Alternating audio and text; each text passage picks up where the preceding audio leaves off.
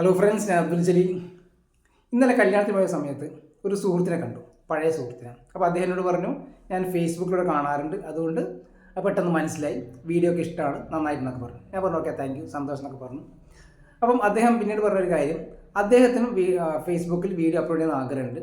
പക്ഷെ അദ്ദേഹത്തിൻ്റെ ഫേസ്ബുക്കിൽ കുറേ അടുത്ത റിലേറ്റീവ്സ് ഉണ്ട്, അതുപോലെ തന്നെ ഫ്രണ്ട്സ് ഉണ്ട്.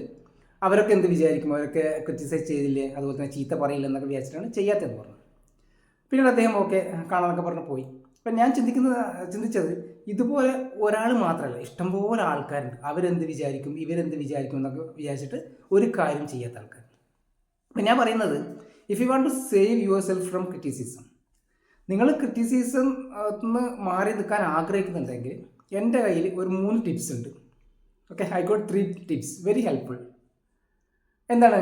ഒന്ന്, ഡോണ്ട് സേ എനിത്തിങ്, ഒന്നും പറയാതിരിക്കുക.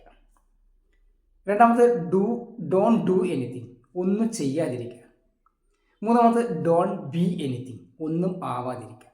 Then you will be never criticised, നിങ്ങളെ ആരും ഒന്നും പറയില്ല എന്ന് നിങ്ങൾ വിചാരിക്കുന്നുണ്ടെങ്കിൽ അവിടെ തെറ്റി.